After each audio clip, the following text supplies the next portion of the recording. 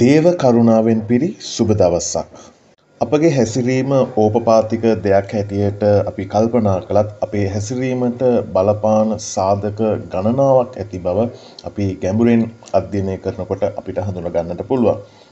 බොහෝ දුරට අපේ හැසිරීමට අපේ සිතේ ඇතිවන සිතුවිලි සම්බන්ධ බව අපිට හඳුනා ගන්නට පුළුවන්.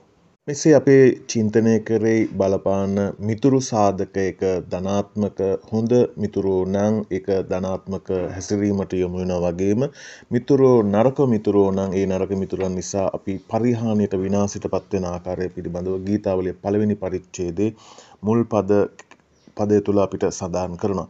ඒ වගේම දෙවෙනි පදය තුල සඳහන් කරනවා ස්වාමීන් වහන්සේගේ ව්‍යවස්ථාව රෑදවල් මෙනෙහි කරන මනුස්සයා වාසනාවන්තයි කියලා. ඉතින් වාසනාවන්ත පුද්ගලෙක් වෙන්න, වාසනාවන්ත හැසිරීමකට යොමු වෙන්න බලපාන සාධකය වෙන්නේ ස්වාමීන් වහන්සේගේ වචනය දිවා රෑ මෙනෙහි කිරීම. මේ මෙනෙහි කිරීම සිතත් එක්ක සම්බන්ධයි. සිතේ කල්පනාවත් එක්ක සම්බන්ධයි. අපේ චින්තනයත් එක්ක සම්බන්ධයි. මේ චින්තනය අරහා අපේ හැසිරීම ධනාත්මක වෙන්න යහපත් වෙන්න බලපෑමක් වෙනවා. ඉතින් ආශිර්වාදලත් හැසිරීමක් ගැන ඔබ කල්පනා කරනවා නම් එහෙමනම් ඔබ අල්ලාගත යුතු එහෙම නැත්නම් ඔබ පදනමක් හැටියට තබාගත යුතු සාධක බවට පත් වෙන්නේ ස්වාමීන් වහන්සේගේ ව්‍යවස්ථාව. ඉතින් ස්වාමීන් වහන්සේගේ ව්‍යවස්ථාව මත පදනම් වුණු යහපත් හැසිරීමකට ස්වාමීන් වහන්සේ අද දවසේ ඔබට බලවත් ලෙස ආශිර්වාද කරනසේකවා.